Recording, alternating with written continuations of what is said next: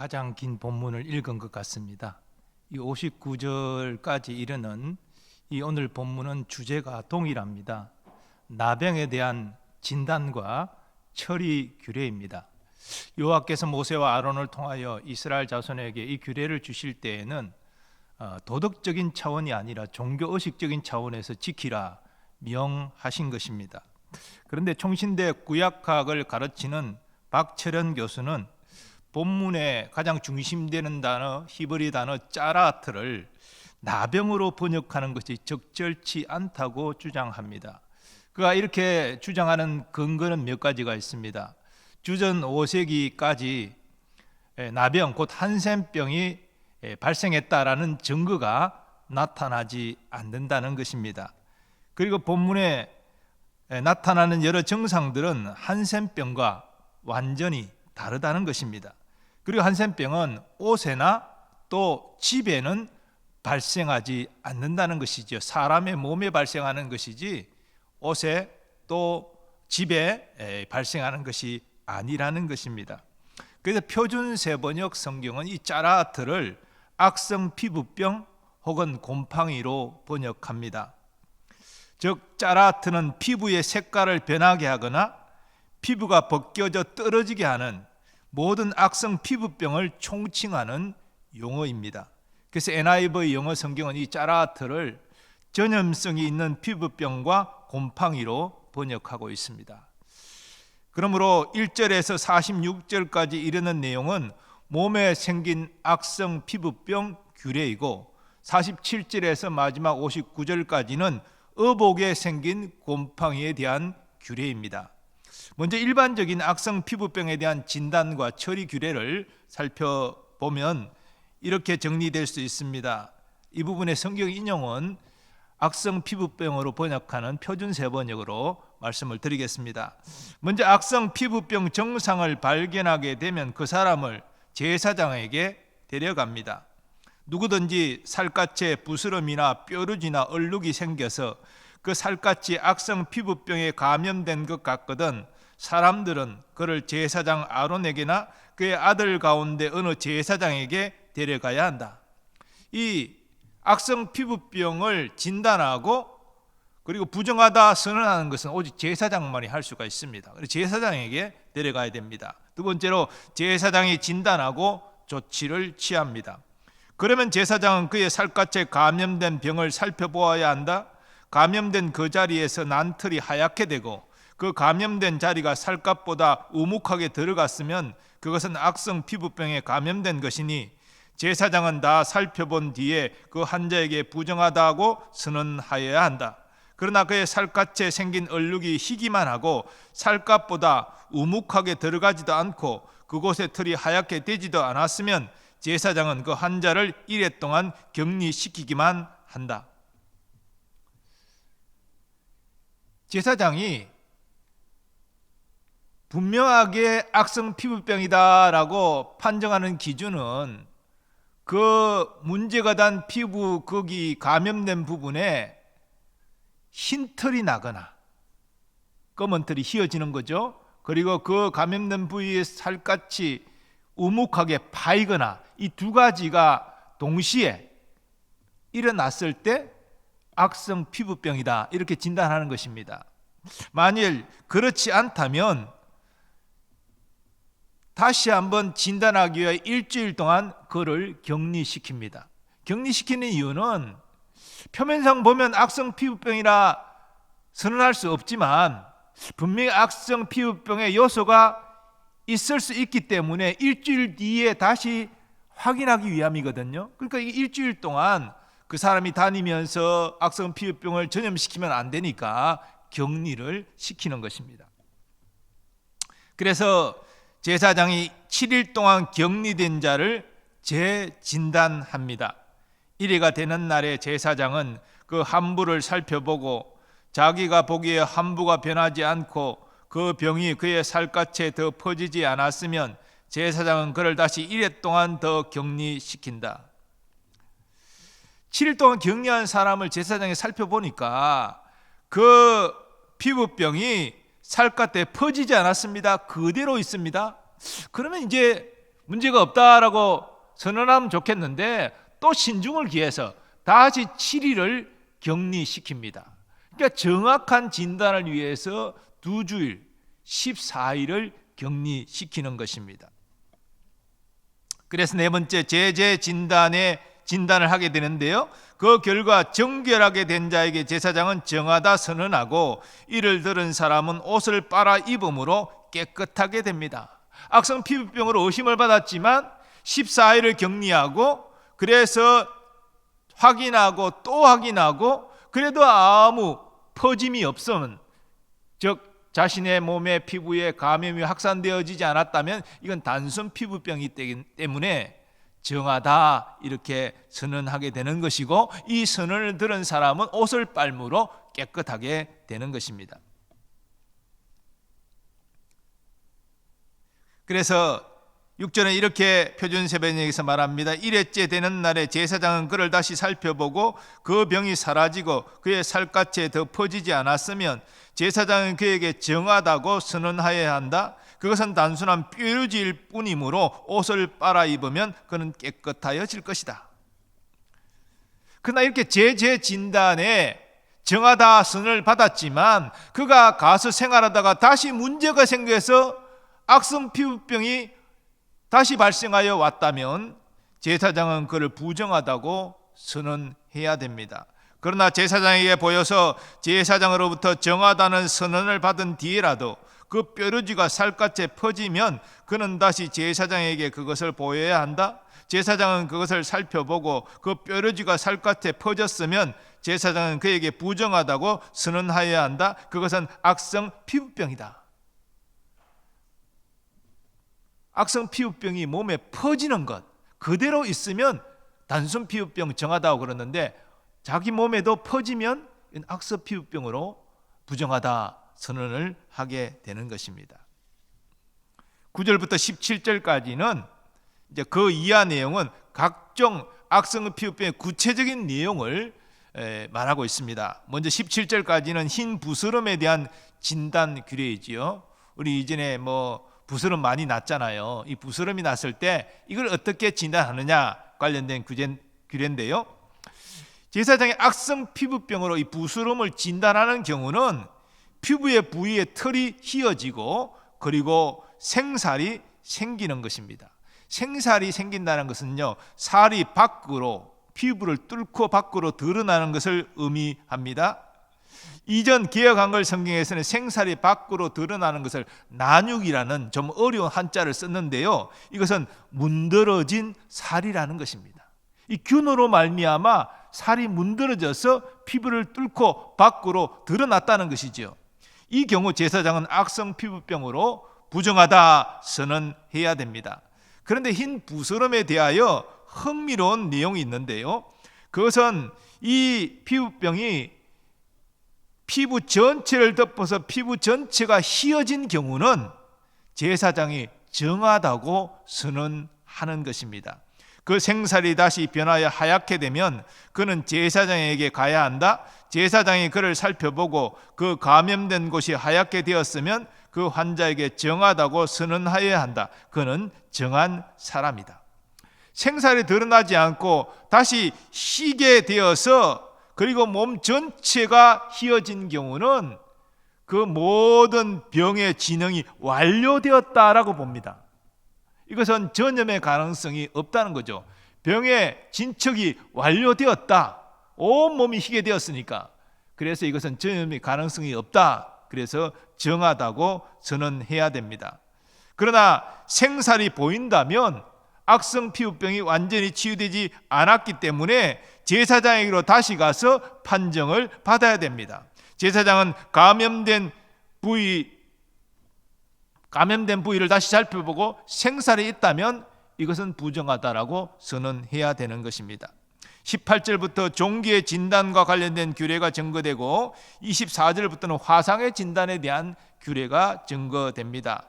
이것은 국지적인 측면의 병증을 다루고 있는데요, 진단의 핵심은 동일합니다. 흰털과 정상의 깊이입니다. 그 환부에 털이 휘어졌느냐, 그리고 환부가 피부 우묵하게 파였느냐, 이 두 가지로 부정하다, 정하다, 판단하게 됩니다. 이 두 가지 현상이 동시에 나타나면 악성 피부병으로 진단합니다. 만약에 두 증상이 동시에 나타나지 않으면 7일을 격리시킵니다.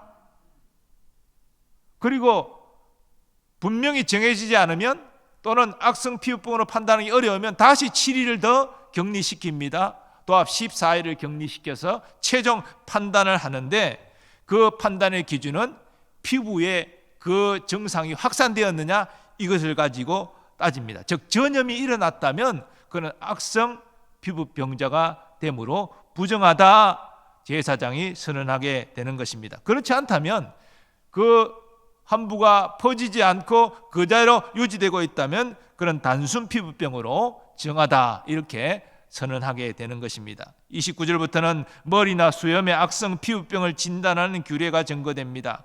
남자이든지 여자이든지 머리나 턱에 흔대가 생겼을 때에는 제사장이 그 흔대를 살펴보고 그것이 살갗보다 우묵하게 들어가고 거기에 난 털이 누렇게 변하여 가늘어졌으면 제사장은 그에게 부정하다고 선언하여야 한다. 그것은 머리나 턱에 생기는 악성 피부병인 백선이다. 머리나 턱에는요 머리카락이 있고 수염이 있지 않습니까? 그러므로 머리와 턱의 이 환부를 살펴서 악성 피부병으로 진단하기 위해서는 그 환부를 면도해야 됩니다. 털을 다 깎아내고 자세히 제사장이 살피게 되는 것이지요. 이 악성 피부병을 진단하는 기준은 이 기록된 대로 환부가 피부보다 우묵하게 들어갔느냐 그 기준과, 그리고 환부에 있는 털의 색깔, 즉 누렇게 변하여 가늘어졌으면, 두 개가 동시에 만족되면 그것은 악성 피부병입니다.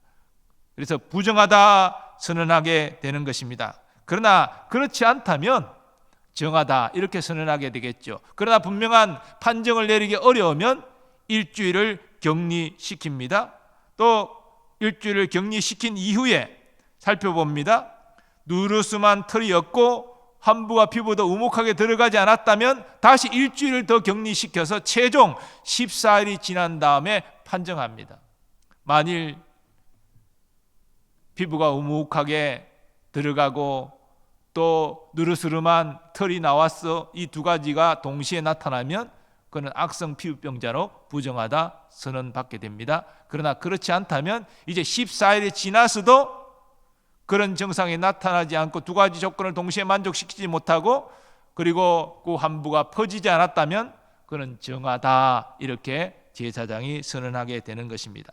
38절 39절은 피부의 색점에 대한 진단입니다. 남자이든지 여자이든지 살갗에 희끗희끗한 얼룩이 생겼을 때에는 제사장은 그것을 살펴보아야 한다. 살갗에 생긴 얼룩 색깔이 희끄무리하면 그것은 색깔에 생긴 발진일 뿐이므로 그는 정하다. 피부에 해를 끼치지 않는 색점은 단수 피부병으로 악성 피부병이 아닙니다. 학자들은 이런 경우는 백반증 또는 섭진으로 보기도 합니다. 40절부터는 대머리 악성 피부병을 진단하는 규례입니다. 단순히 머리가 빠지는 대머리는 악성 피부병이 아닙니다. 사실 그건 유전적인 요소들이 많지 않습니까? 누구든지 머리카락이 다 빠지면 그는 대머리가 된다. 그러나 그는 정하다. 앞머리카락만 빠지면 그는 이마 대머리가 된다. 그래도 그는 정하다. 자, 그러나 머리카락이 빠진 부위에 붉으스름한 색점이 있으면 대머리에 발생한 악성 피부병이 됩니다. 따라서 제사장은 부정하다 선언해야 됩니다. 제사장은 그를 살펴보아야 한다. 감염된 부스럼으로 정수리나 이마가 희끗희끗해지고 붉으스레져서 마치 살갗에 생긴 악성 피부병과 같아 보이면 그는 악성 피부병 환자이므로 부정하다. 제사장은 그에게로 부정하다고 선언해야 한다. 그는 악성 피부병이 머리에 생긴 환자이다. 그리고 45절부터는 이렇게 제사장이 악성 피부병에 걸렸다라고 선언한 자, 그 악성 피부병에 걸린 자가 취해야 될 규례가 나옵니다. 그는 진영 밖으로 나가서 홀로 거주해야 됩니다. 이스라엘 자손과 함께 살 수 없습니다. 전염시키고 부정하게 만들기 때문입니다. 그는 홀로 거주하면서 이렇게 행동해야 됩니다. 악성 피부병에 걸린 사람은 입은 옷을 찢고 머리를 풀어야 한다. 또한 그는 자기 코 및 수염을 가리고 부정하다 부정하다 하고 외쳐야 한다. 병에 걸려있는 한 부정한 상태에 머물러 있게 되므로 그는 부정하다. 그는 진 바깥에서 혼자 따로 살아야 한다. 구약에서 옷을 찢는 행동은 슬픔을 표현하는 행동입니다. 그런데 히브리 원문을 보면 이 악성 피부병 환자가 옷을 찢는 것에 강조점을 두지 않고 옷을 찢고 옷이 찢긴 채로 지내는 것에 초점을 맞추고 있습니다.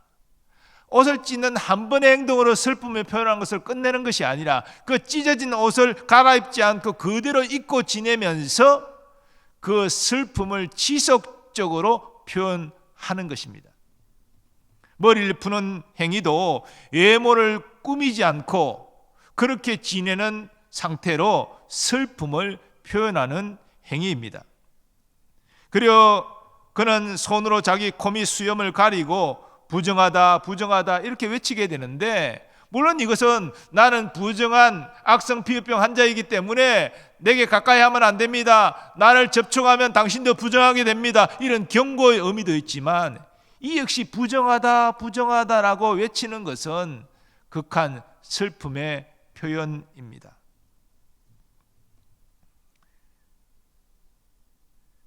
악성 피부병이 죄악을 상징한다면 이렇게 악성 피부병에 걸린 사람이 이렇게 슬픔을 표현하는 것은 바로 자신의 죄악을 슬퍼하면서 애통하면서 회개하는 것을 상징하는 것입니다. 하나님께서는 바로 이런 규례를 통해서 우리가 죄를 얼마나 미워해야 되고 경계해야 되고 마음 아파해야 되는지 그것을 깨닫게 하시는 것이고, 또 이를 통해서 철저한 회개가 필요함을, 정결케 되는 이런 과정을 거쳐야 됨을 교훈하여 주고 계신 것입니다. 그리고 47절부터는 어복에 생긴 곰팡이를 판단하고 처리하는 규례가 소개됩니다. 개역개정 성경은 나병으로 이 부분을 역시 번역하고 있지만 표준 세번역은 곰팡이로 번역하고 있습니다. 역시 표준 세번역에 따라서 제가 이 말씀을 인용하도록 하겠습니다. 관련 규례는 이렇습니다. 곰팡이가 옷, 곧 틀옷이나 베옷에 묻었을 때에, 또는 배나 틀로 짠 천의 날이나 씨에, 또는 가죽에나 어떤 가죽 제품에 묻었을 때에 푸르스름하거나 불그스름한 자국이 그 옷이나 가죽에나 천의 날에나 씨에나 또는 어떤 가죽 제품에 생겼으면 그것은 곰팡이가 퍼지고 있는 것이다. 그것을 제사장에게 보여야 한다. 사실 이 구약시대 이스라엘 자손이 곰팡이라는 개념이 있었겠습니까? 없었죠. 그러니까 짜라트라는 같은 단어를 악성 피부병에도 이 곰팡이에도 똑같이 쓰고 있는 것입니다. 근데 이 증상을 보면 곰팡이가 생기면 색깔이 변합니다. 그리고 옷이 그 겉이 낡아지고 떨어지게 됩니다. 이것은 정상 상태에서 비정상적인 상태로 옷이 변질된다는 것입니다. 무엇 때문에? 곰팡이 때문에. 그러므로 제사장은 그 의복의 상태를 보아야 됩니다. 그리고 악성 곰팡이다 판단하고 처리해야 됩니다. 그만두면 그 집안의 모든 물건에 곰팡이가 번져버리고 다 모든 물건을 부정하게 만들고 변질시키고 급기야는 다른 집에도 옮겨갈 수 있기 때문입니다. 이때 제사장은 다음과 같은 절차를 거쳐서 정함과 부정함을 판단합니다. 제사장은 그 자국을 살펴보고 곰팡이가 묻은 천이나 가죽을 이레 동안 따로 두었다가 이레째 되는 날에 그 자국을 살펴보아야 한다. 그 자국이 옷에나 천의 날이나 씨에 또는 어떤 용도로 쓰이는 가죽 제품이든지 그 가죽에 퍼졌으면 그것은 악성 곰팡이이다. 그것이 묻은 옷이나 천은 부정하다. 곰팡이가 묻은 것은 옷이든지 털이나 배로 짠 천의 날이나 씨든지 또는 어떤 가죽 제품이든지 모두 불태워야 한다. 그것은 악성 곰팡이이므로 불에 태워야 한다. 우리가 악성 피부병의 일반적인 진단에서도 분명하게 진단할 수 없는 경우는 일주일의 격리 기간을 둔다 그랬잖아요. 이 경우도 일주일 동안 그 옷을 따로 격리시킵니다. 그리고 진단하는 것이지요. 색점이 퍼졌다, 전염성이 있다 라고 판정이 되면 악성 곰팡이로 선언하고 그 부정한 모든 옷을 불사른다는 것입니다. 더 이상 전염시키지 못하도록 막는다는 것이죠. 그러나 그 색점이 일주일이 지나도 퍼지지 않았을 경우가 있습니다. 이때는 제사장이 그 의복을 빨게 합니다. 그리고 7일 더 간직하게 하고 7일 후에 그 빤 곳을 다시 살펴봅니다. 관련 규례는 이렇습니다. 곰팡이가 묻은 옷을 빤 뒤에는 제사장이 그것을 살펴보아야 한다. 일주일 후에 살펴보는 것입니다. 곰팡이가 묻은 자리가 퍼지지 않았을지라도 묻은 얼룩의 색깔이 그대로 남아있으면 그것은 부정하다. 묻은 얼룩이 천 안쪽에 생겼든지 천 바깥쪽에 생겼든지 가릴 것 없이 너희는 그것을 불에 태워야 한다. 물로 씻었으면 색깔이 연해지든지 아니면 아예 흔적이 안 보이든지 이렇게 돼야 되는데 퍼지지 않았을지라도 여전히 그 부분에 색깔이 기존처럼 남아 있으면 그건 곰팡이가 살아있는 것이죠. 그러므로 완전히 불살라야 된다는 것입니다. 반면에 곰팡이의 얼룩 색깔이 옅어졌을 경우에 얼룩만 남았을 경우에는 이렇게 됩니다. 그러나 천을 빤 다음에 제사장이 살펴보아서 그 곰팡이가 사그러졌으면 제사장은 옷에서든지 가죽에서든지 또는 옷감의 날에서든지 씨에서든지 그 가죽자리를 도려내야 한다. 그렇게 하고 나서도 옷에나 천의 날에나 씨에 또는 어떤 가죽 제품에 곰팡이가 다시 나타나면 그것은 곰팡이가 퍼지고 있는 것이므로 너희는 곰팡이가 묻은 것을 불에 태워야 한다. 그러나 한번 빨아서 옷에나 천의 날에나 씨에나 어떤 가죽 제품에 묻은 곰팡이가 없어졌으면 한 번 더 빨면 정하게 된다. 옅어진 경우에는 그 옅어진 부분만 오려내어서 다시 한번 빨게 하죠. 그런데도 다시 곰팡이가 생기면 불에 태워야 되고 생기지 않으면 정하게 사용하면 되는 것입니다. 자, 제가 길게 짜라트, 즉 악성 피부병 또 악성 곰팡이 그 규례들 어떻게 진단하고 처리하는지 그것을 말씀을 드렸는데요. 사실 피부병이라는 게 질병 아닙니까? 환자죠. 그러나 모든 질병이 죄로 인한 것이다 라고 성경은 선언하고 있지 않습니다. 물론 아담의 범죄로 말미암아 죽음도 들어오고 또 질병도 들어왔다. 하나님의 첫 창조 세계에는 죄도 없었고 질병도 없었고 또 죽음도 없었지만 아담의 범죄함으로 말미암아 죄도 들어오고 죽음도 들어오고 질병도 들어왔습니다. 원인 제공을 첫사람 아담이 했죠. 하지만 모든 병이 죄 때문이다 이렇게 말할 수는 없습니다. 우리가 여러 가지 질병을 걸리기도 하는데 네가 죄를 지어서 그런 질병이 걸렸다라고 말한다면 여러분 수긍하시겠습니까? 우리 모든 질병이 내가 지은 죄 때문은 아니죠. 죄와 상관없이 내가 병에 걸릴 수가 있는 것입니다. 그러나 성경에 보면 많은 경우에 죄 때문에 질병에 걸리는 일들이 일어나고 있음을 우리는 확인하게 됩니다. 그래서 예수님은 더 심한 것이 걸리지 않도록 다시는 죄를 범하지 말라 이런 말씀까지 하시지 않았습니까? 모든 것이 100% 죄 때문에 우리가 병에 걸리는 건 아니지만 많은 경우 죄 때문에 우리가 병에 걸리고 고생을 많이 합니다. 그래서 하나님은 이 악성 피부병을 판단하고 그리고 처리하는 이 규례를 통해서 이스라엘 자손에게 바로 죄를 멀리하라, 정결하게 살아라 이것을 지금 가르치고 계신 것이지요. 특별히 우리는 악성 피부병과 그리고 이 죄의 유사점을 이 시간 좀 주목할 필요가 있겠습니다. 먼저 잠복성이 있습니다. 악성 피부병이 몸속에 잠복해 있다가 발병하는 것처럼 죄도 인간의 본성 안에 잠복해 있다가 행동으로 나타나게 됩니다. 그렇습니다. 이 잠복성이라는 공통성이 있습니다. 또 두 번째로 전염성과 파괴성입니다. 악성 피부병이 조그만 반점으로 시작해서 온몸에 퍼져 온몸의 기능을 파괴하는 것처럼 죄도 소리 없이 퍼져 사람들을 죽음과 파멸에 이르게 합니다. 전염성과 파괴성이 또 공통점이죠.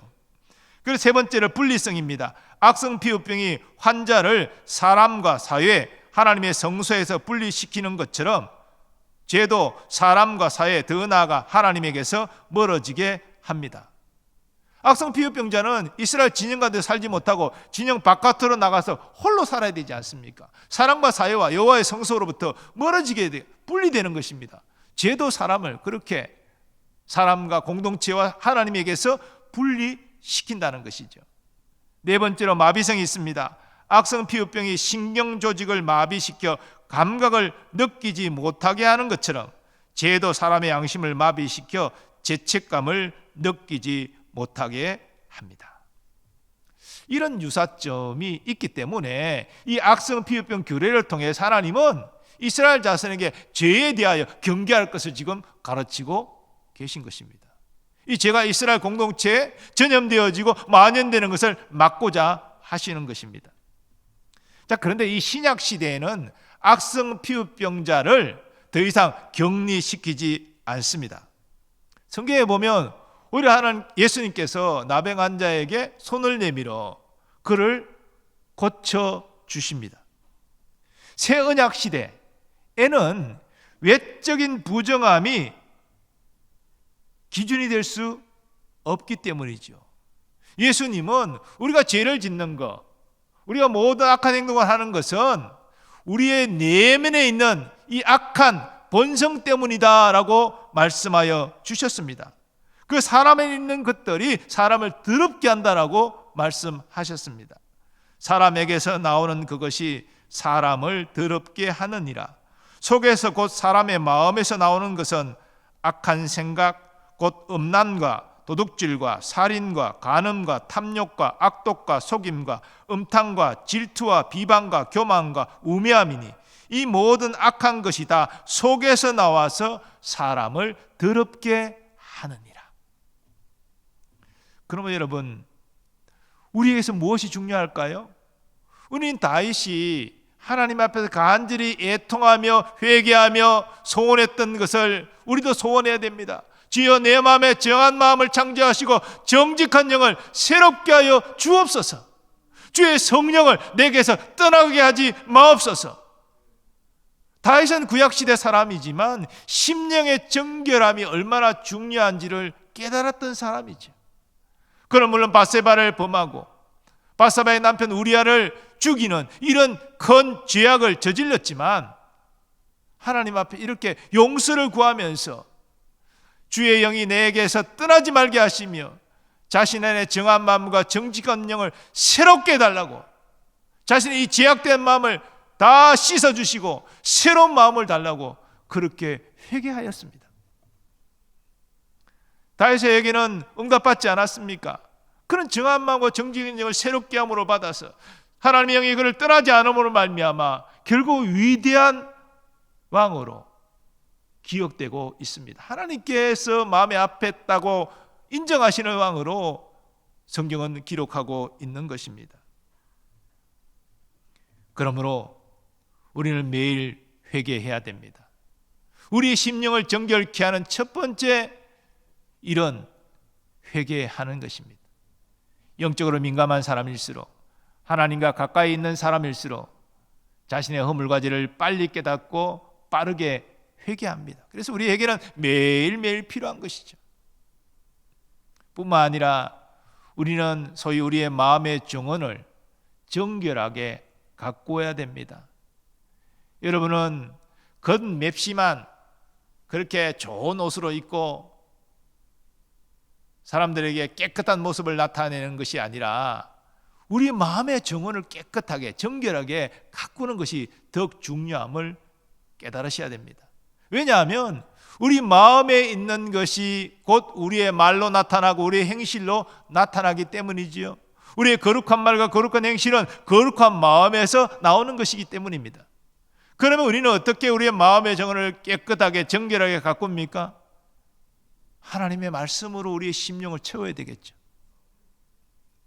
하나님의 말씀으로 날마다 우리의 심령을 정결하게 채우는 사람과 세상의 욕심과 야망으로 내 마음을 채우는 사람과 같을 수가 없지 않겠습니까? 뿐만 아니라 우리는 하나님의 사랑으로 우리 심령을 채워야 됩니다. 하나님과 늘 교통하면서 교제하면서 하나님 우리에게 부어주시는 그 사랑으로 우리 심령을 채울 때에 우리는 우리의 마음밭을 정결하게 가꿀 수가 있는 것이지요. 더 나아가 하나님이 주시는 꿈과 비전으로 여러분의 마음을 채우시기를 바랍니다. 헛된 세상적인 욕망이 아니라 하나님이 주신 꿈, 비전으로 우리의 심령을 채울 때에 우리의 심령은 정결하게 되는 것입니다. 이렇게 말씀과 사랑과 비전으로 우리의 심령을 채울 때 우리는 하나님이 기뻐하시는 말을 하게 되고 하나님이 기뻐하시는 행실로 나타나게 되는 것입니다.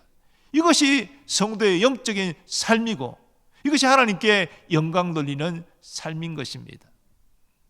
우리는 하나님께서 구약의 이 악성 피부병 규례를 이스라엘 백성에게 주실 때에 단순히 너희가 이런 악성 피부병자가 발생하면 격리시켜라, 그래서 이런 조치를 취하고 정결하게 되면 다시 이스라엘 진영으로 들여보내라, 단순히 이런 것을 가르치기 위함이 아니라는 사실을 알아야 됩니다. 하나님의 백성이 왜 정결해야 되는지,